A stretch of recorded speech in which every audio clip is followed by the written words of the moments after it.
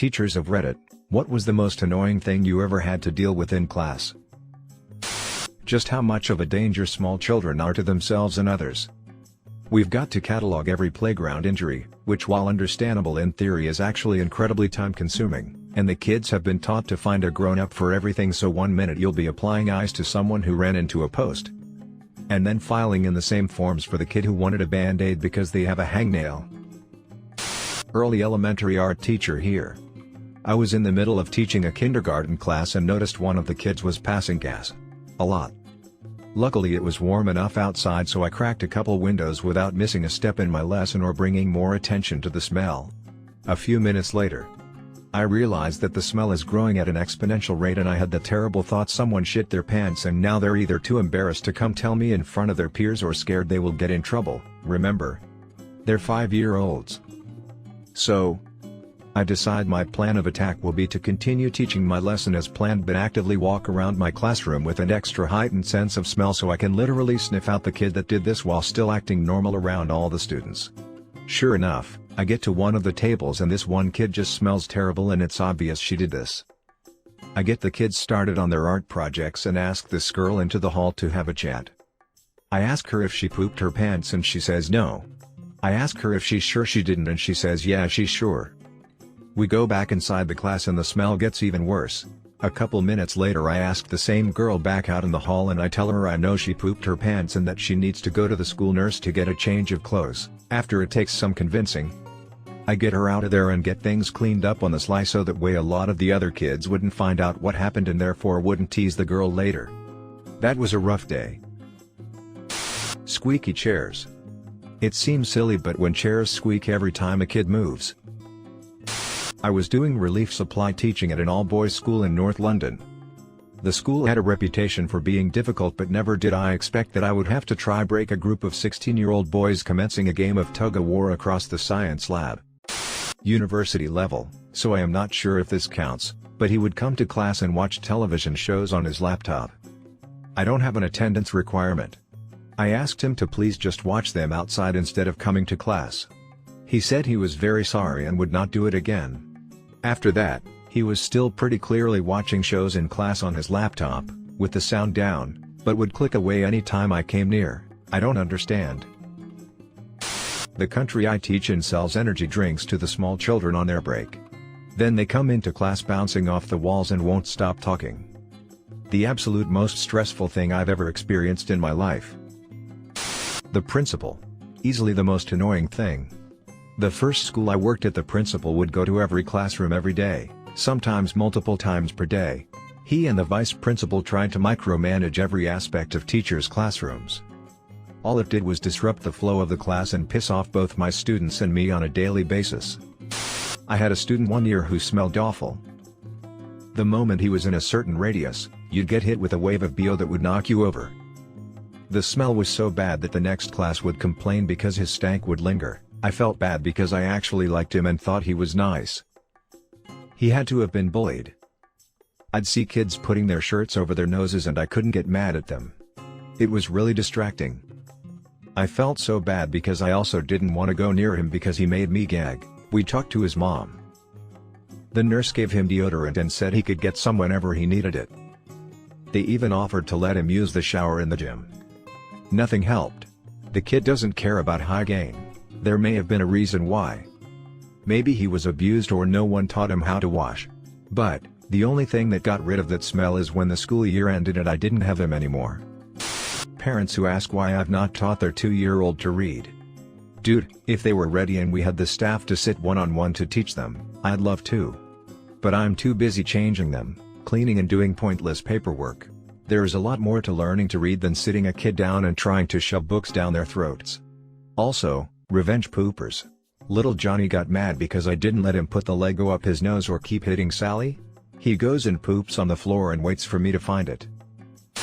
My students once welcomed a stray dog in the room, where he promptly vomited. The week prior, they had a dirty street pigeon in there, claiming it was a pet. It shit all over. I grew weary. I teach English in a Chinese kindergarten, nursery. Annoying may be a tad strong, but it is unfortunately inconvenient and counterproductive when the local teacher is overeager.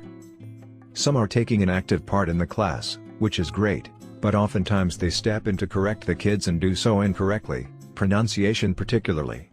Also due to the different teaching approach, and I guess impatience, they tend to push the kid and stress them out to give an answer without giving enough time to think and come up with something. To elaborate on the second point, I'd rather the kid gave me any answer by themselves, however incorrect, so that we can correct it together than the teacher pushing or giving the answer and destroying the kid's confidence in the process. Inability to fill in the attendance register.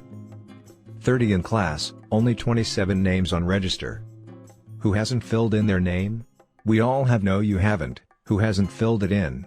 Silence. Start asking individually until register is finally filled in. Amazing how people will argue that they have filled in their name when they haven't. I'm a computer science teacher. This is important as my students usually have access to a computer. One student likes to be hated by the other students. So he found an online tone generator and set it to a frequency that older people wouldn't be able to hear. But it would massively annoy his classmates. Thankfully, I'm not particularly old and have fairly tuned in hearing from a background in audio engineering, so I could just mute his computer. The most annoying part is that if he put as much effort into his work as he did into creative ways to piss people off, he could do really well. Kids using ruler, or any other object, to reflect light onto the board or you face. It's just irritating, but they act like chimps who have discovered fire and giggle like there will never be anything funnier. I love my job, though. Edit enjoyed the reading your responses and, for those who asked, I within a high school in the UK. Former primary and secondary school teacher here based in the UK. My vote goes towards incompetent or robotic senior management. Also, their policies. Making you do reports during holidays. Except it's worse because they open the system a week or so before said holiday, meaning technically they're not making you do them in the holidays. Not employing cover supervisors, so you end up using your free period to cover the lessons of your absent colleagues, thereby building resentment towards them. Not being allowed to sit down at all during lessons. Spontaneously sticking their head in the classroom to see if you need any support, see if you're sitting down. Abuse of the term support. I'm sure many more will be added to this list. Edit as this is taking off, I thought I'd add a couple more thanks to inspiring replies. Business people running schools. Overuse of business language such as rigor, performance, review, oversight, synergy, added value and all the other wank words many of us left businesses to get away from. Surveillance cameras in the classroom for everyone's protection. Edit gold. Amazing, thank you D. As so many have asked, the sitting thing. It means you're not engaging with the students during the entire lesson. Personally, I've never had a problem with it. It suits my teaching style. I constantly did this as a teaching assistant and I'm an active person who enjoys exercise, especially when it's built into my day. But to make it policy rather than guidance is bullshit micromanagement. There was a classroom that had this extremely high-pitched noise coming from inside the walls. It was so annoying, but no one seemed to notice, until I mentioned it. We all suffered together until the end of the semester. A 5-year-old who thought that saying excuse me before interrupting meant that interrupting was not rude. We spoke to her numerous times about it, but her parents thought it was alright, so nothing was ever enforced. It wouldn't be so bad if she only did it once in a while, but it was literally every 10 minutes. Few years ago, a boy in my class screamed, literally screamed. He'd found a white, sticky stuff all over the underside of his desk and it had went all over his trousers and hands, and then everywhere, as he'd wiped his hands all over my room. Cue my class. They were particularly challenging, and I was, at the time, new to the school, casting all kinds of aspersions over the cleanliness of the school, my room and, bizarrely, me. What had actually happened? The boy had brought in a tube of toothpaste himself, and smeared it all over his desk. Just to cause a scene. I've been teaching in a North London secondary school for almost 10 years now. I love the job, but the annoying things have to be A. When you finally get students settled and working quietly and suddenly a spider bee fly appears or it starts to snow. It's game over at that point if you've less than 20 minutes of the lesson left. B. Younger first-year students, 11 years, who walk into the classroom and want to talk to you and shout sir sir sir over and over again. Like, just go and sit down and be quiet. It's not so bad if it's 1 or 2, but when you have 10 of them trying to get your attention at the same time, it gets a bit ridiculous. C. Bottle flipping. Do it and your bottle dies. D. Students who laugh or attempt to make fun of others if they get a question wrong. Classrooms are all about making mistakes, so it irritates the hell out of me. E. Lying. If I call you out on something you shouldn't be doing, just say sorry and stop doing it. You're highly unlikely to get in further trouble from me then. Saying I didn't do that is kind of insulting when I just watched you shove a handful of crisp chips down your gullet. It's also a guarantee I'll take it further. You know how you get kids who clearly know they're doing wrong, but believe they're being clever? In a class with about 33% of the pupils being non-white, he asks, "Sir, if I call all the black folk in the class monkeys, is that racist?" Then when I sent him outside and gave him a serious talking to, he was all wide-eyed innocence. There's a requirement in NY of how much seat time you have to pass certain classes. Like you need X number of labs to take the science regents or whatever. Some dumbass parents and students use all their sick days, let's say they get 14 before truant failing when they don't feel like coming to school. By February they're usually cutting it close and come every day. The annoying part? They come sick all the damn time. I've had kids go to the ER with the flu at night, show up to school with a mask and 103 fever the next morning. Or they have some vomiting bug and jump up, take the trash can and bolt in the middle of my class. Or they can't see with pink eye in both eyes. Or they blow their nose, sniffle every 30 seconds. The worst part is the disruption then infecting everyone else. If you try to send them out, they freak out and parents call saying the school is out to get their kid and threatens to pull them out so they count as a dropout. Schools get flagged by the state for dropout rates. Other than that, it's just when kids decide to act all tough and try to tell you off. About once every 4 or 5 years I get one who decides they're going to try to be cool and put me in my place. Once during a year 10 maths class I was teaching, there was a really bad smell. It smelled like poop. At first I thought maybe someone had just farted, but it was much stronger than that. The students started to move away from the smell and it turned out they were all moving away from one student. It turned out that one of the students in the class struggled from incontinence and had actually pooped his pants during my maths class. I never thought that I would have to deal with that, considering I only teach senior high school students. Not in class but just parents in general. Specifically parents today that insist that everything is the teacher's responsibility and ultimately everything is the teacher's fault. Teachers, we have video evidence from multiple cameras and multiple angles showing indisputably your child engaged in XYZ and they are being disciplined accordingly and appropriately in an attempt to deter this behavior from happening again and hopefully teach them a valuable life lesson that will better prepare them for dealing with other people in the real world. Parents, my child is perfect and I'm either calling a lawyer or starting a riot outside the school building. I haven't decided. I had a student years ago named Marco. Marco has Tourette's and his tics were usually calling out Mom, Lily, his sister, and most often his own name. Try teaching algebra when you hear Marco. And, without fail, a few kids yell Polo. All year long. Not only really annoying for me. Marco thought the exchange was hilarious and was quite the popular kid. Ton of stories. This year I have a kid in class who is a squirrely little boy, 9th grade, who thinks he is the funniest person ever. Also, he believes he is a gangster and will be a famous SoundCloud rapper because his song has 6K listens. He randomly shouts things like gangsta in class. The other day I tossed him because I just couldn't deal with him making parrot sounds. Would just squawk loudly for no reason. The absolute worst part of it is that he's a dealer at my school and the other kids laugh at all his really stupid outbursts and comments and pretend is cool so they don't lose their source. My mom taught middle school kids with high-functioning autism for a decade. For her it was a toss-up between the boy who wouldn't stop masturbating in class, and the girl who refused to wear pads during her period and just bled all over chairs. Edit to answer the same questions. The boy wasn't just whipping his junk out in class, he did it through his pants or through the pockets.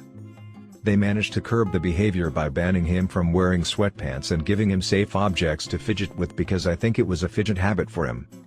A fidget cube would have gone a long way to helping, I'm sure, but this was 13 years ago. Chronic masturbating is definitely really common in autistic kids, it's just that most of them aren't this. Dedicated. The girl hated wearing pads because of sensory defensiveness, which is common in autistic kids. I sort of understood where she was coming from, a little bit. Pads feel like diapers when you're not used to them, even when you're neurotypical. If you have sensory issues, I'm sure it's so much worse. At first her mom kept her home on her period, then eventually just sent her to school with a cushion and a towel to sit on to avoid ruining school property. Eventually she was pulled out of school and sent elsewhere. She was pretty bright and academically did well, but she was some distance beyond socially inept and clearly needed help. These two were unusual. Most kids weren't quite this bad, just a bit odd. Bottle flipping and dabbing. To this day the sound of a half-filled bottle of water landing on the floor fills me with rage. I'm an English teacher in a UK high school. I've been teaching full-time for about 6 months now, and, for me at least, the annoying things in the classroom are never just the one-off events, like a kid doing something awful or whatever. For me, the most annoying thing is the apathy of the average parent, and this becomes the apathy of the average student.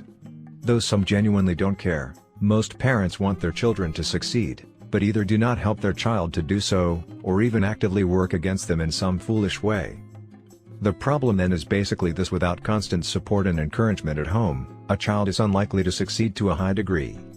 I'm fully aware that parents have jobs and commitments of their own, but school simply cannot be the entire delivery system for education. Even a tiny bit of extra work at home would reap huge benefits in the long term. The other big frustration for me is that quite frequently, the best you get out of some students is their minimum effort. I had an aunt that was a teacher in the 60s. She told me a story about another older teacher that had hearing aids. This was when this is cutting-edge technology. But kids being kids figured out if they took 2 pennies and rubbed them together, it creates interference with hearing aids. People were a lot more self-conscious about this back then. Self-conscious teacher would leave the room, turn the hearing aid down and return to the room. Then the kids would all just mouth their answers Milli Vanilli style. Teachers leave the room, turn the hearing aid back up and again. Arguing with me that they weren't talking when I watched them and heard them talk and corrected them for it. Just take the correction and move on, kid, this isn't Law and Order. I'm a student. But one of my teachers was telling me today about how his class was critiquing an anonymous essay from a student who took the class in the previous year, and one kid raises his hand and says, "I'd rather circumcise myself with a rusty tin can than read that again," and the guy I was talking to, the teacher, said he had no idea how to respond. I would imagine that. The paycheck. I teach kindergarten at an international school in Cambodia, and my boss is currently replacing the lock on my classroom door so I can't lock it when I leave anymore. The other day I was out on my break and I came back to my classroom early, and there was 20 kids, 3 parents, and a stray dog all hanging out in my classroom and going through my desk.